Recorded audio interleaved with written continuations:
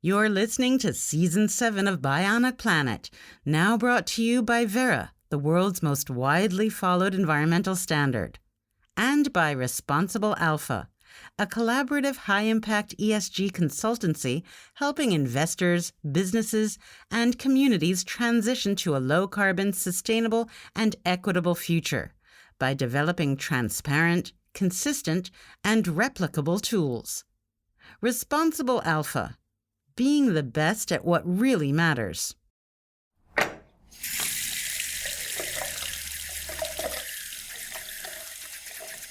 Where does water come from? We all know it comes from faucets, via pipes that get it from rivers, lakes, and aquifers. But how does it get there in the first place? Yeah, there's rain, so it comes from the sky, but what if the rain lands in forests, farms, and fields? How does it get to rivers, lakes, and aquifers?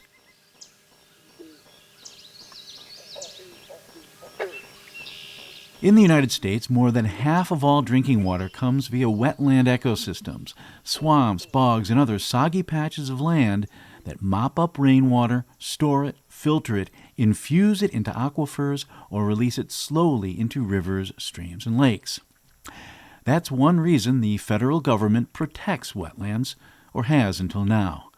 On October 2nd, 2022, that's last week if you're hearing this in real time, the U.S. Federal Supreme Court heard the case of Sackett versus EPA, which I first covered for Bionic Planet back in 2019. Today's show is adapted from that episode because they're back. The Sacketts are back, but who are they and why should we care? Back in 2004, Michael and Chantel Sackett bought half an acre of land about 30 feet from a creek that feeds into Idaho's Priest Lake. They wanted to build a house on it, but there was a problem. That half acre wasn't just next to a creek, but in a wetland, and the only way to build a house in it was to fill the wetland with gravel. They started doing so, but the Federal Environmental Protection Agency, or EPA, told them to stop. So they filed a lawsuit that went all the way to the Supreme Court before being remanded back to lower courts. At issue was whether the EPA did or didn't have jurisdiction over the wetland, and that question in turn hinged on how the EPA and the Army Corps of Engineers defined waters of the United States, which is what today's show is all about. 10 years ago, the lower courts ruled in favor of the EPA, but then, a few years later, the Obama administration changed the rules for defining waters of the United States. Then the Trump administration changed them again. And now the Biden administration is changing them once more. With all the back and forth, the Sacketts have resurrected their case, arguing that the lower courts used the wrong rules. How the court decides could impact the quality of water across the country. If all this is confusing, it's probably because you don't know the history of the Clean Water Act and how it affects wetlands. After today, you will. Man may be unwittingly changing the world's climate through the waste products of his civilization. There's a group of us now who are proposing that the Earth has actually entered a new epoch, and that is the Anthropocene. We know that the enemy is carbon, and we know its ugly face. We should put a big fat price on it. And of course, add to that, drop the subsidies. Earth, we broke it, we own it. And nothing is as it was. Not the trees, not the seas, not the forests, farms, or fields. And not the global economy that depends on all of these. But we can restore it, make it better, greener, more resilient, more sustainable. But how? Technology? Geoengineering? Are we doomed to live on a bionic planet? Or is nature herself the answer? That's the question we address in every episode of Bionic Planet, a podcast of the Anthropocene, the new epoch defined by man's impact on Earth. And today we go U.S.-centric to see how my home country's destruction of wetlands endangers our rivers, lakes, streams, and, by extension, the water we drink and the economy that depends on it. The bulk of today's show is adapted from an episode that first ran back in 2019, and I unfortunately don't have access to the original files on this computer. As a result, you'll hear references to the Trump administration in the present tense. Don't let that fool you or frighten you.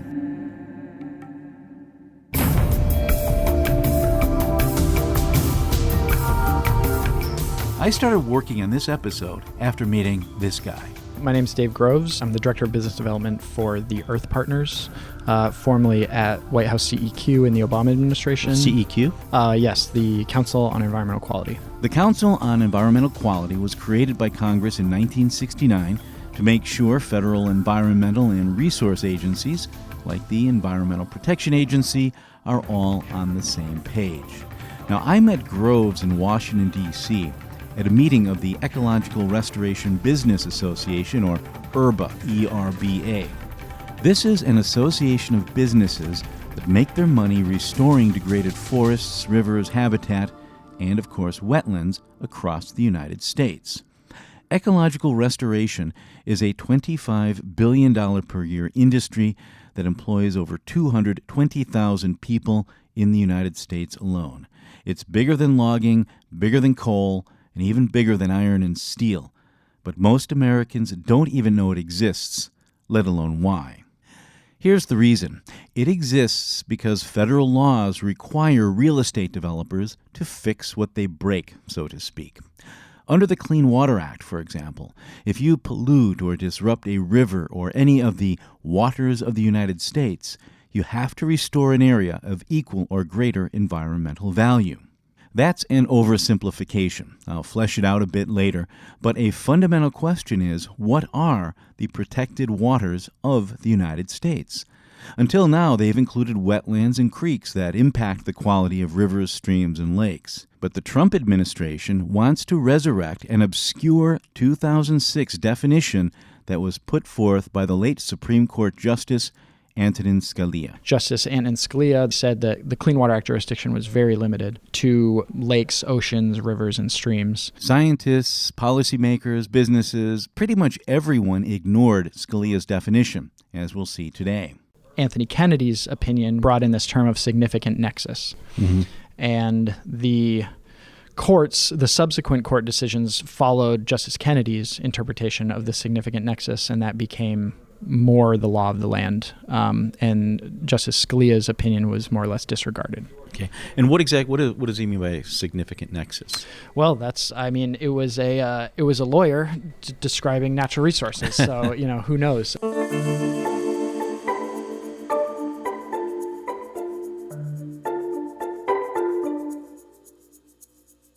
I interpreted it the only way I thought it might make sense, and that is hydrologically. That's William Lewis, a professor of biology at the University of Colorado Boulder and my first guest today, making it clear that the significant nexus definition was based in science, while Scalia's definition, the one everyone ignored, was based on something Scalia found in his dictionary. This matters because we hear over and over again that the Trump administration would never dream of trying to repeal something as dear to us as the Clean Water Act, because the public won't stand for it. But what if they just changed the definition of waters of the United States? It's sneaky, but that's what they're trying to do.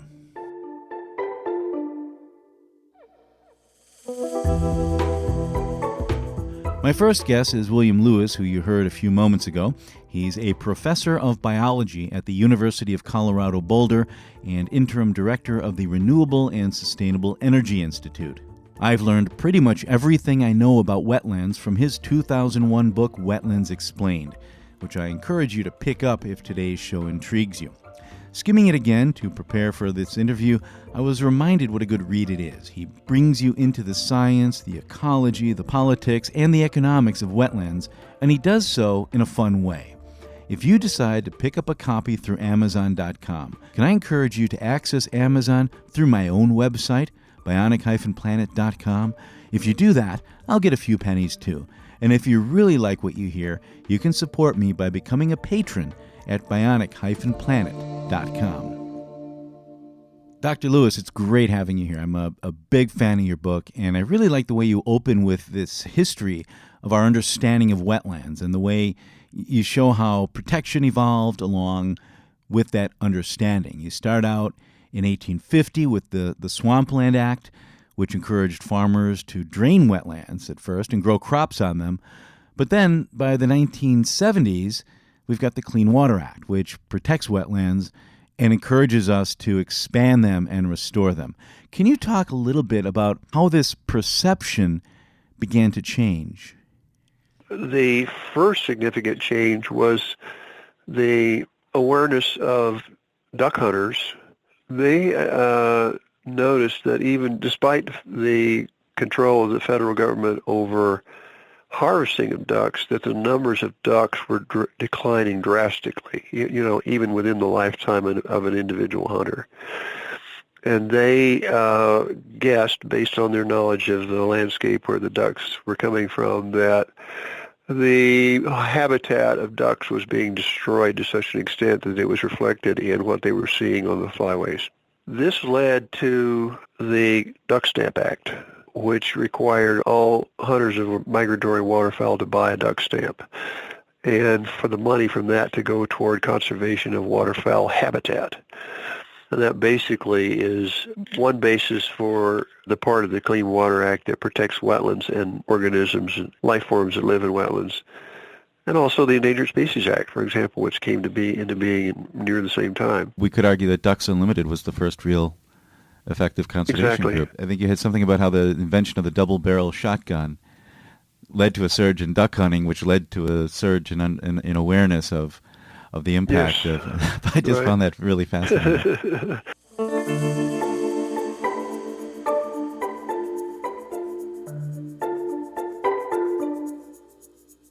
I've always been fascinated by the way isolated events, or events that seem isolated, are bound together. And waterways are like that too. A swamp or bog, for example, which today we're calling wetlands, might filter sediments out of muddy water that gushes down from the hills or rolls off of farms. Then it might feed that water into rivers and streams that people drink from.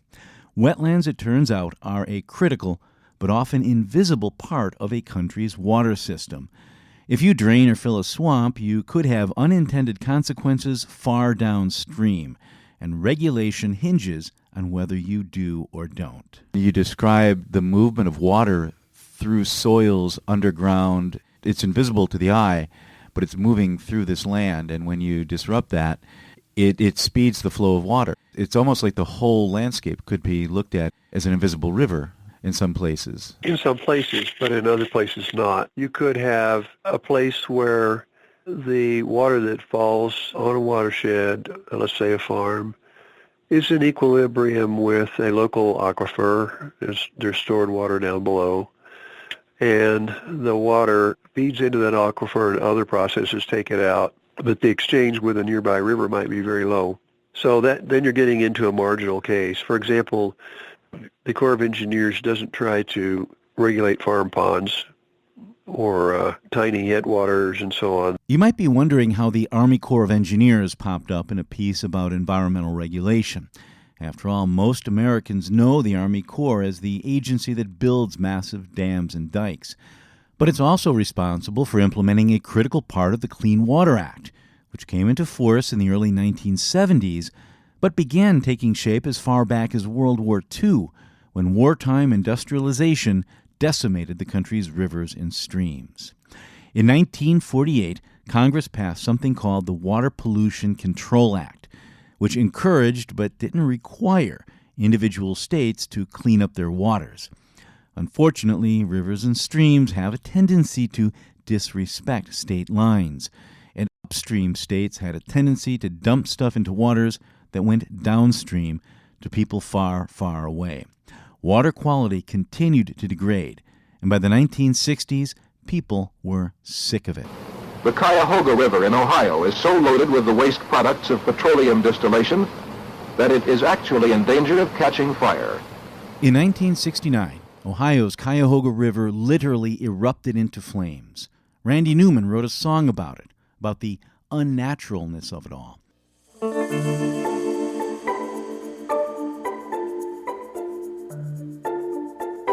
But I learned something while putting together this episode that knocked my socks off. When that river caught fire in 1969, it wasn't the first time. It was at least the 13th time, and it became the last time. It wasn't, in other words, a new low, a symbol of our modern decadence, but a final straw, a catalyst for a new beginning. Americans were sick of their rivers catching on fire, and Congress was listening. Politicians approached it like adults, as Lewis makes clear in his book, where we see lawmakers grappling with the challenge of regulating something that not only flows from U.S. state to U.S. state, but from physical state to physical state, from ice to liquid to vapor, and it moves on the ground, under the ground, and through the air.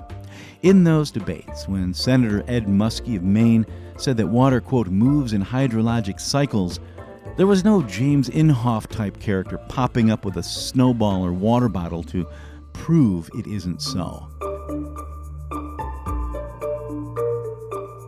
By 1972, Congress had completely rewritten the Water Pollution Control Act and replaced it with the Clean Water Act, which President Nixon promptly vetoed. That's right, he initially vetoed it, but Congress overrode the veto and he eventually signed it. Here's where it gets interesting and relevant to today. The law took its authority from the Commerce Clause of the U.S. Constitution, which I found really confusing, even after reading Lewis's book. So I did some digging and found an article called From the Fields of Runnymede to the Waters of the United States, a historical review of the Clean Water Act and the term navigable waters. I'll post a link to that in today's show notes, and it's also embedded in a 5-part series on Ecosystem Marketplace that I wrote, tracing the history of the Clean Water Act. From the very start of the United States, water was the circulatory system of commerce, and all commerce depended on clean, regular flows of water for transportation, for drinking, for watering crops, and eventually even for turning the turbines of industry. As our understanding of water systems sharpened and evolved, so did the way we regulate them. And the article documents 250 years of evolution as we first added man-made canals to the water system and then came to understand the way water moves through nature. In the early days, regulators talked about navigable waters of the United States, which gradually split into several terms: navigable waters, waters of the United States, and tributary of any navigable water. By 1972, lawmakers were using terms like navigable waters and waters of the United States interchangeably, and they were careful not to define them. They intentionally left that vague. And here's how we know this. In the House of Representatives, when a committee approves a bill, it also has to write up a report explaining its reasoning. In this case, we're talking about the Public Works Committee, and their report on the Clean Water Bill said, and I quote, "One term the committee was reluctant to define was the term navigable waters. The reluctance was based on the fear that any interpretation would be read narrowly. However, this is not the committee's intent. The committee fully intends that the term navigable waters be given the broadest possible constitutional interpretation." In other words, the committee recognized that the term navigable waters, as used within U.S. laws, had come to mean more than just waters you can float a boat on, and had come to mean waters of the United States, or waters impacting the quality of water flowing across boundaries. And lawmakers wanted experts in the agencies to create their own definition. Now, agencies don't just pull these definitions out of thin air. Definitions and rules cannot be arbitrarily or capriciously created. They're created under something called the Administrative Procedures Act, which requires scientific review, public comment periods, and cost-benefit analyses. By 1998, the waters of the United States officially included, quote, all waters which are subject to the ebb and flow of the tide, all interstate waters, including interstate wetlands, all other waters such as intrastate lakes, rivers, streams, including intermittent streams, mud flats, sand flats, wetlands, sloughs, prairie potholes, wet meadows, supply of lakes or natural ponds. It goes on and on. And if you want to read the whole thing, visit the show notes for episode 32 at bionic-planet.com, where you'll find links to the source material.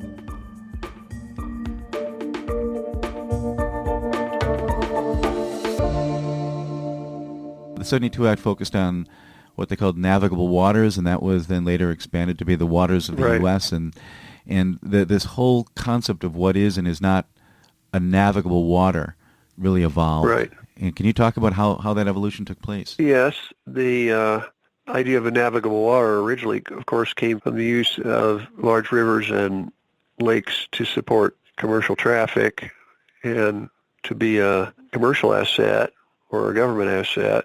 And in that sense, the word navigable is very easily interpreted. But it was in those debates that Senator Muskie was, where he was a prominent contributor, and he said the water moves in cycles, that Congress implicitly accepted the argument that big waters come from smaller waters, and you can't protect certain characteristics of the big waters unless you also protect the tributary waters. And that view, though, wasn't spelled out very explicitly in the legislation. However, the courts interpreted it as being implicit in the legislation. And then, of course, we've gone back and forth on that issue ever since. You'll learn more about that back and forth in the rest of today's show. But the back part is something I get. You don't always see wetlands with your eyes. And we Americans pride ourselves on being a practical folk. In the West, it's particularly annoying to people sometimes because there's so little water to be used, and another set of regulations on the existing water just seemed overbearing at the time, and people were ridiculing the decision to extend the federal control up into the drainage. There was a saying in the West that navigable water was any water that would float a matchstick. And I think that encapsulates the problem. But if you think about it the way it was being discussed in Congress of the water cycle, which includes the runoff that makes the big rivers, and then evaporation, discharge to the ocean, so on, as all part of the same big scheme, that was the correct way to look at it, of course. Of course, but not for everyone. We'll be looping back to this over and over, but I wanted to introduce another concept that we'll be dealing with today, and that's the one that drives the $25 billion restoration economy that I mentioned earlier. It's the concept of no net loss. Basically, with the Clean Water Act, Congress tried to strike a balance between economy and ecology. They realized that cities would expand and contract, and there might be a time when it's in most people's interest to let a city build a road through a wetland or let a developer dredge a stream for a new housing project, and they created provisions for doing that. In such circumstances, if a project gets approved by a local authority, it still has to ask the Army Corps of Engineers for permission to impact the waters of the United States. And the Army Corps of Engineers will only grant that if the developer can show, first, that it's avoiding as much damage as possible, and second, that it's making up for damages by restoring more wetland or stream than it's messing up. In the early days, cities and companies would try to fix the damage themselves, but that proved expensive and unreliable. Pretty soon, business-savvy environmentalists started getting into the picture. They looked for degraded streams and wetlands near expanding areas, and they'd go in and restore the degraded areas, generating environmental credits in the process. Over the decades, as rules and regulations evolved, these so-called mitigation banks emerged as the most economically efficient and environmentally reliable way to make up for damages. But it all still relied on what did and didn't constitute the waters of the United States, and what did and what didn't constitute a wetland. Scientists had lots of detailed criteria for evaluating the impact that a wetland had on downstream waters, but how could this be converted into a simple regulatory guideline? The Corps of Engineers did a very good job of dealing with this, and it's dealt with in my book, by defining a wetland hydrologically. And a wetland is defined by three things: water or hydrology, soil, and organisms, mostly trees, vegetation. And the hydrology part is very clearly spelled out. These are lands that have water closer than 12 inches to the surface for a duration of more than 2 weeks at a time during the growing season in most years. And you can make a little list of those, and if you had a hydrologic record, you could make a certain identification of a certain area as a wetland or not. But getting a hydrologic record is easier said than done. You need to come back year after year and take measurements, so they found proxies. This was a functional definition that had a scientific base that can be understood and can be applied, but you usually don't have a hydrologic record. So you use indicators that don't involve hydrology, which means you use hydric soils, which give you evidence of a repeated saturation.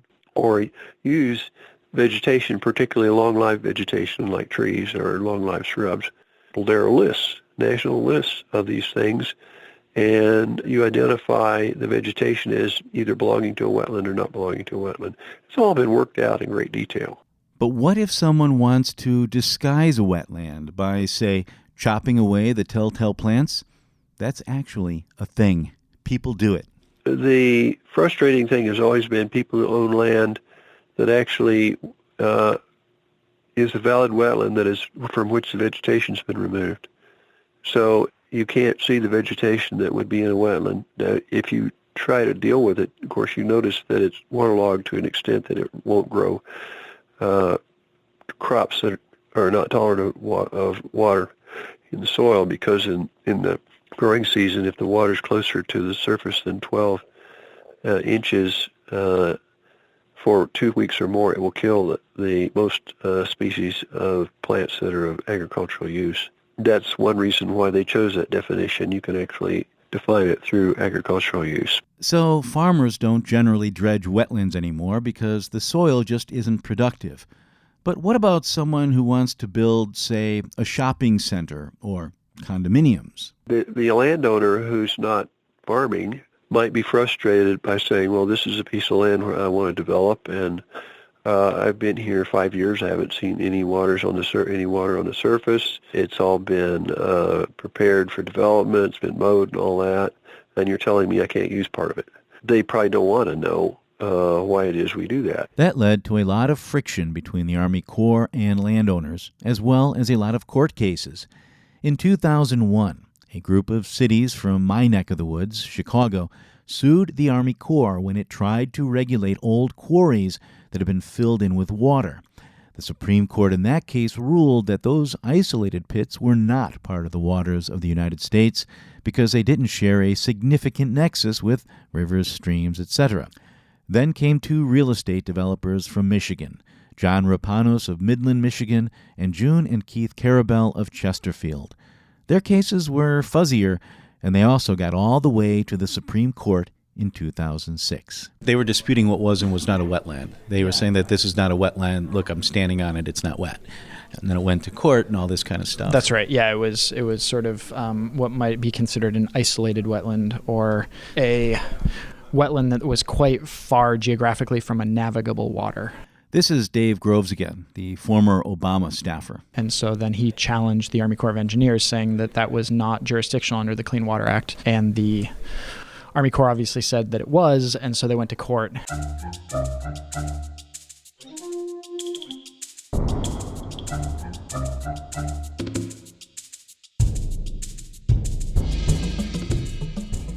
This Rapanos case is pretty well known in environmental circles, and the common narrative is that the Rapanoses were just a friendly, middle-class couple digging around in their backyard, and that the EPA and Army Corps of Engineers overreached. Some environmentalists will tell you this because it's what we've heard over and over again, and because, well, regulators do occasionally overreach. I mean, it happens. That's why we have the courts. We've all had run-ins with overzealous bureaucrats, so it's not completely preposterous to believe the narrative that Rapanos was an innocent guy caught in a regulatory quagmire.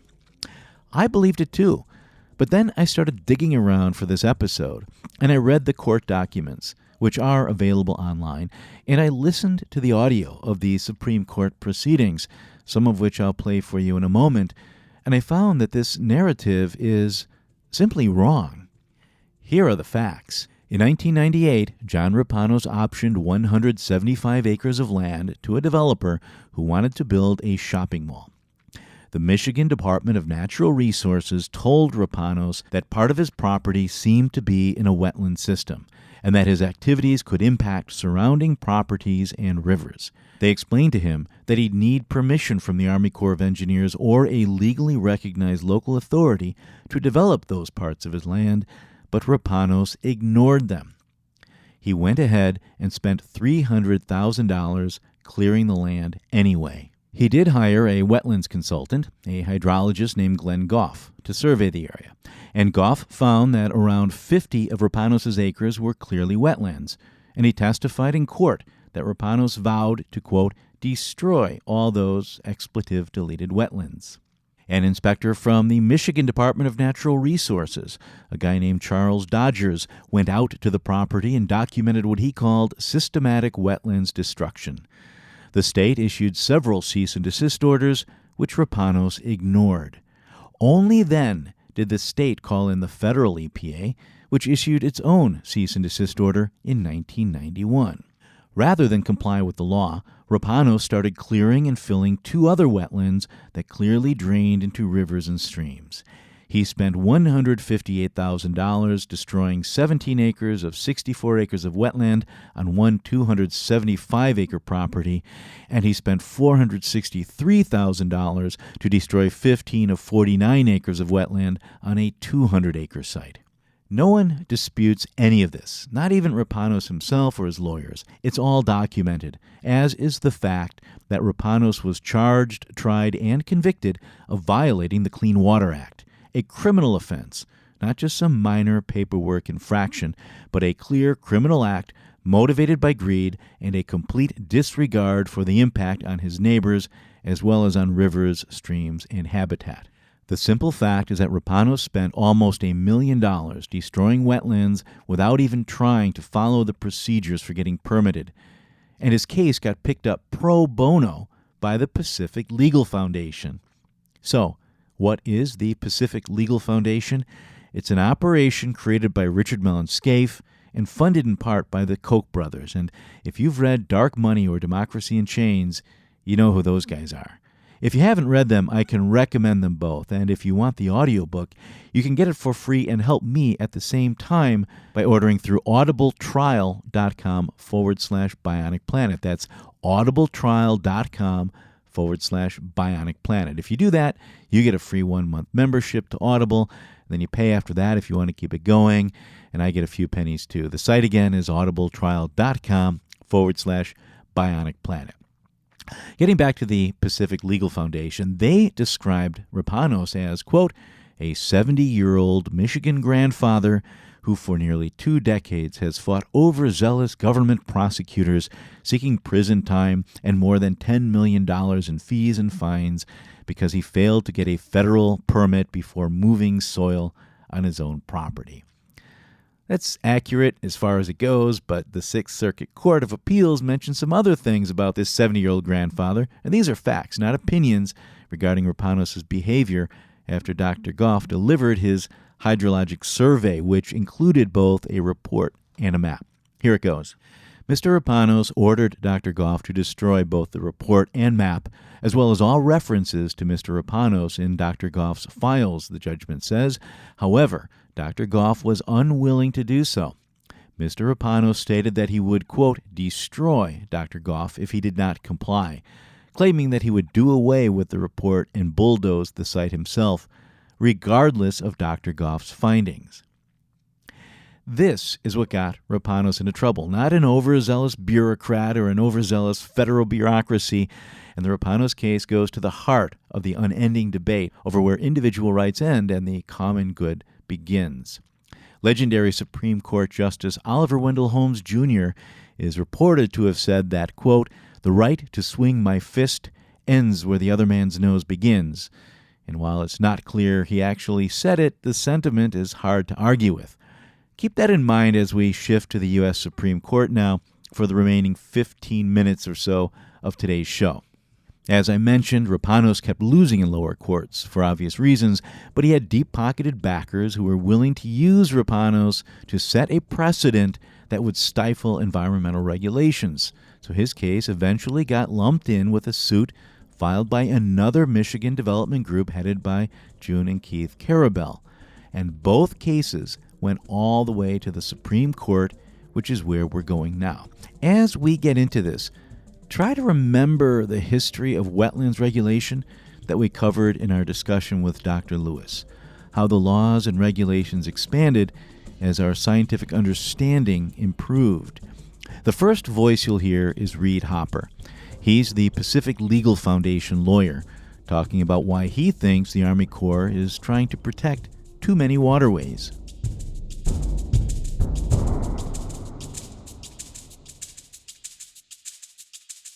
They claim 404A jurisdiction over the entire tributary system, from the smallest trickle to the largest watershed, sweeping in remote, non-navigable wetlands 20 miles from a traditional navigable water. This limitless claim of jurisdiction shifts the federal-state balance and raises significant constitutional questions.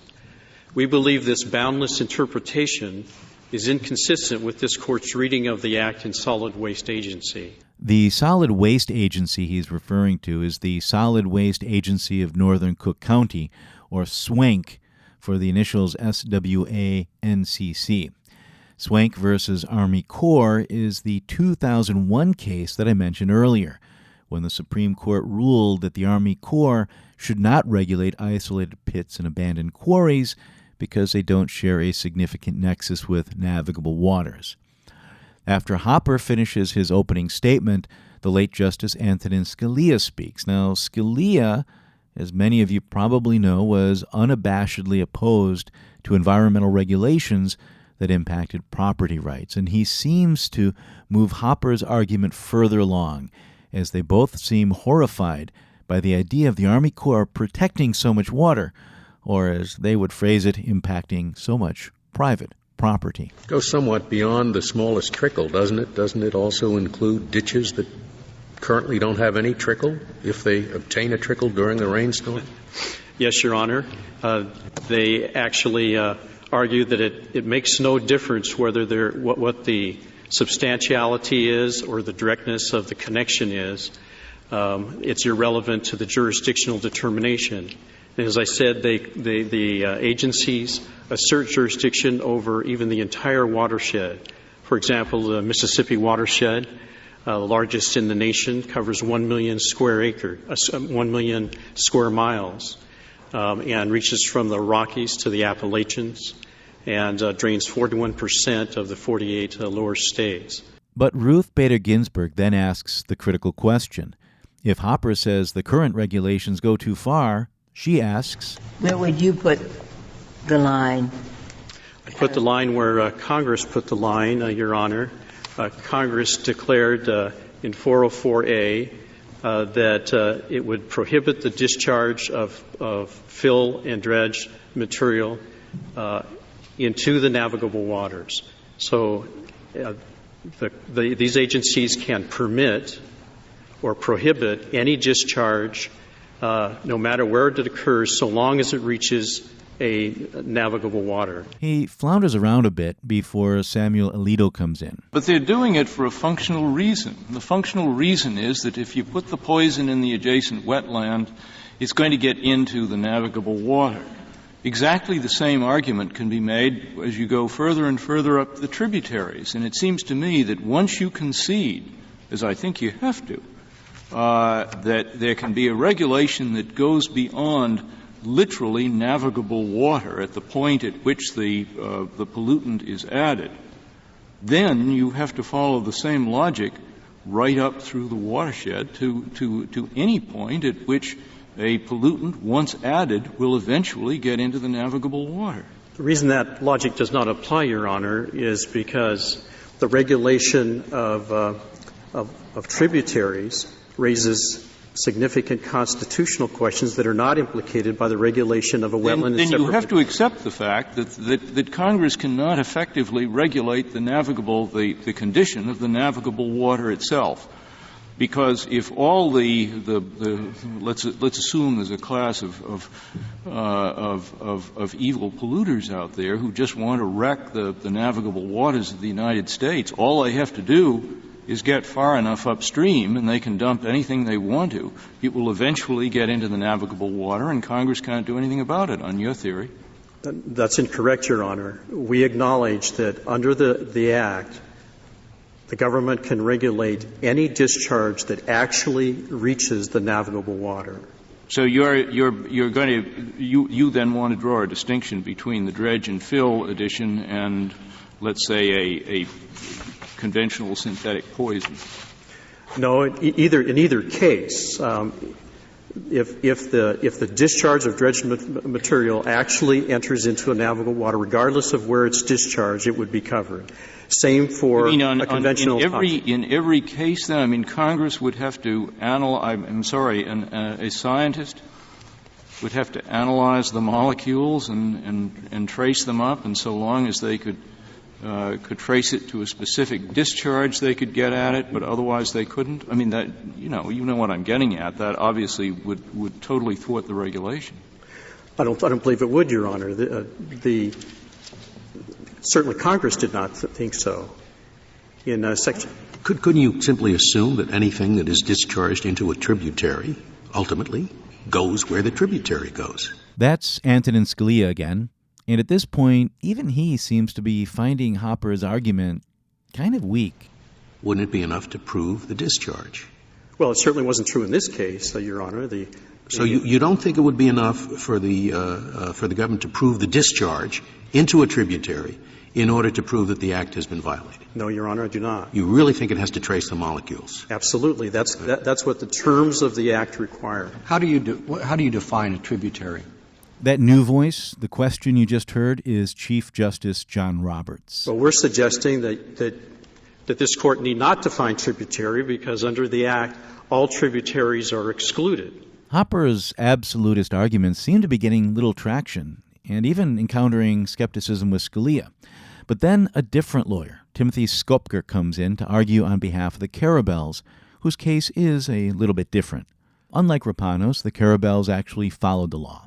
They applied for a permit, and they even amended their application to try and earn approval, but they were still denied.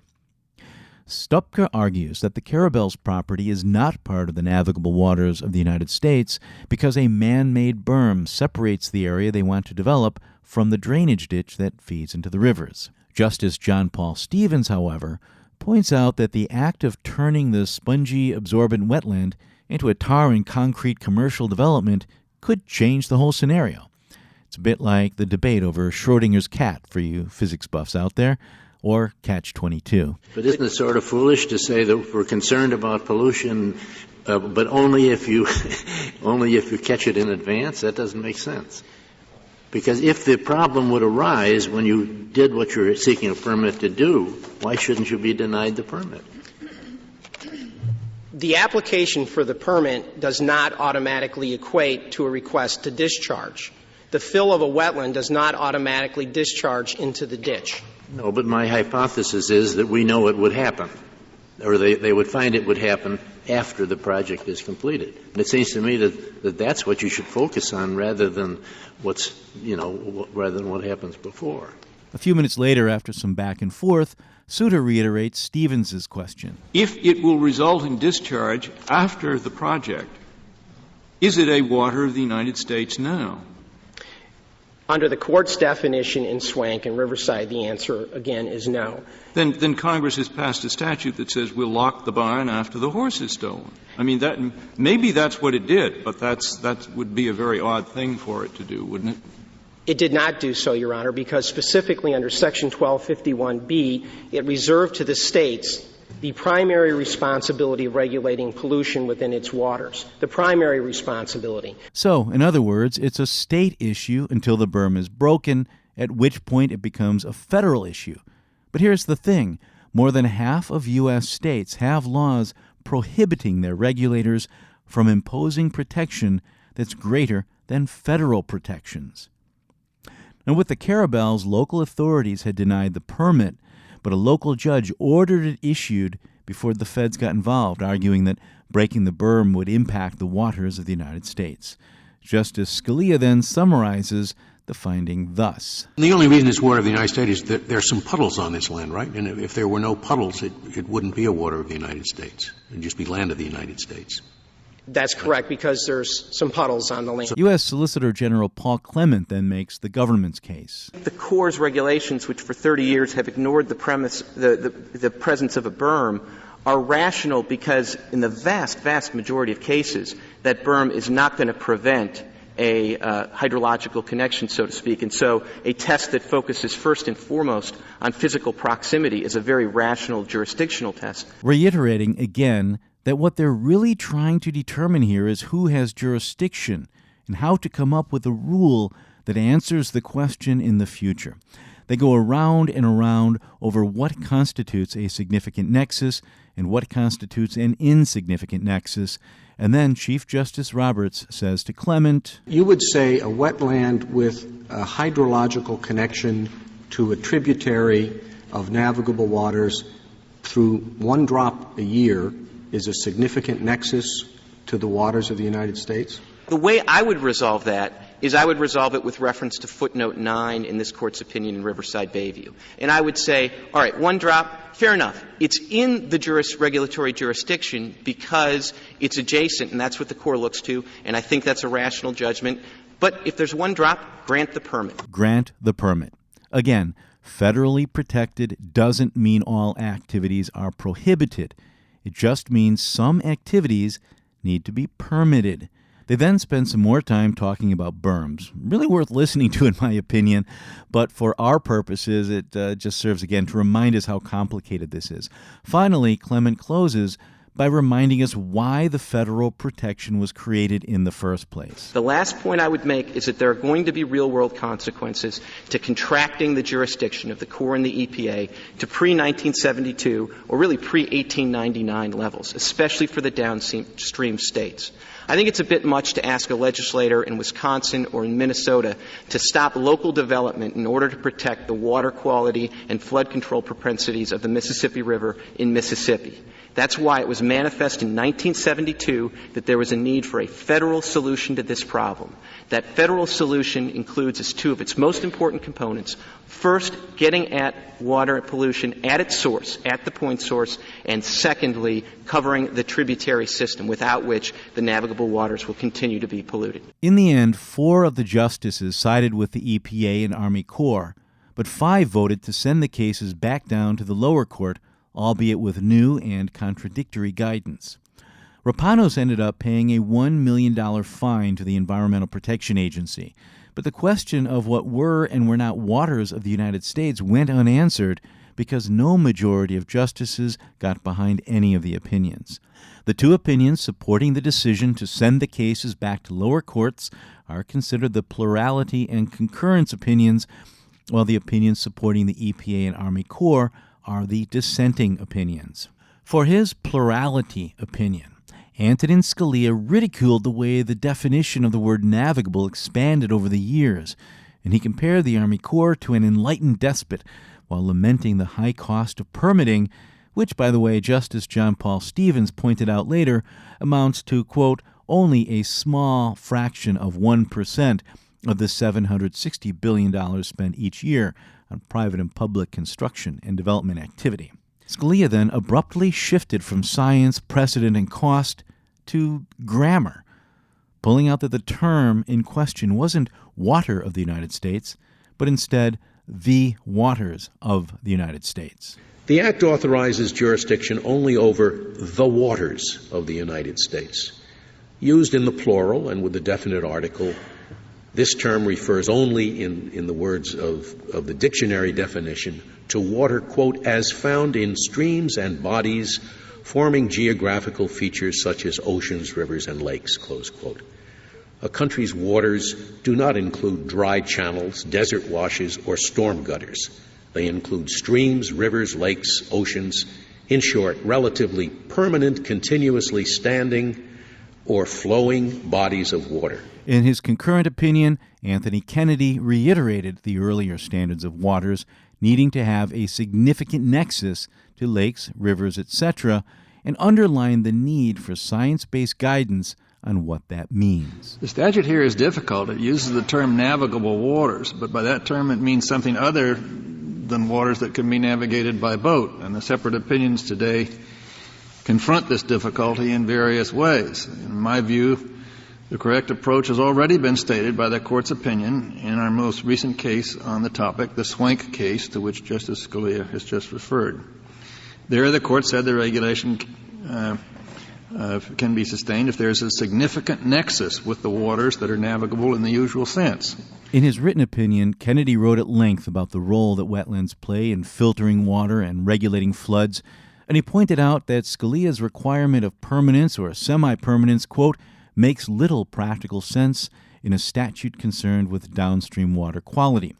Then he offered concrete examples to bolster his case, and he even said that Scalia had cherry-picked his dictionary definition by ignoring a definition in the same edition that said waters may mean flood or inundation. But while Scalia's opinion was too narrow, he said, Stevens's dissent was too broad. Now, Stevens, by the way, he also wrote the landmark 1984 opinion on how agencies like the Army Corps or EPA should implement statutes that they're charged with administering. And in his opinion in this case, he fact-checks Scalia on hydrology, criticizes him for focusing on regulatory costs while ignoring the costs of degradation, and fleshes out both the Rapanos and Carabel cases in detail. But with all these conflicting opinions, the big problem is that the trusty old definition was gone, so more and more routine permitting processes ended up in courts. But the courts almost always used Justice Kennedy's significant nexus test, and a few said you can use either Kennedy's test or Scalia's, but none, not a one, used Scalia's definition on its own. It was, everyone agreed, a mess. There was a lot of calls from all sides, the NGO community, the regulated community, the regulators themselves, for an attempt to create more certainty and predictability. So the Obama administration moved forward with creating a new clean water rule, also referred to as WOTUS, oftentimes because what they were doing fundamentally was redefining waters of the United States, the WOTUS rule.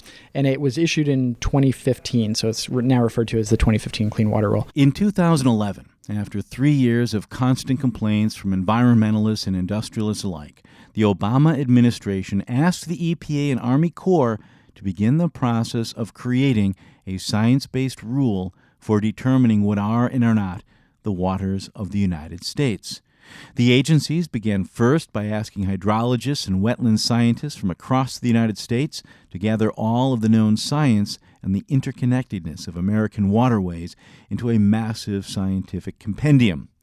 That came out in 2013, and when the agencies developed the first draft of the Clean Water Rule, which they published in 2014, they opened up 200 days of public comment that drew over 1 million responses that were incorporated into the final rule, which was released in 2015.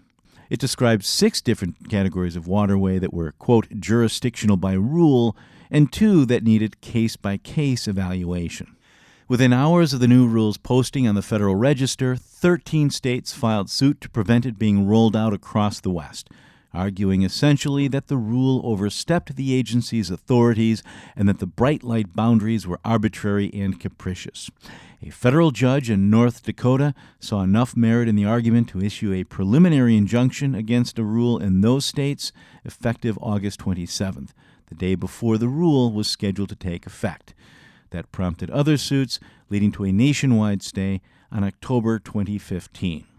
The Obama administration was digging in to defend and possibly amend the rule when this happened.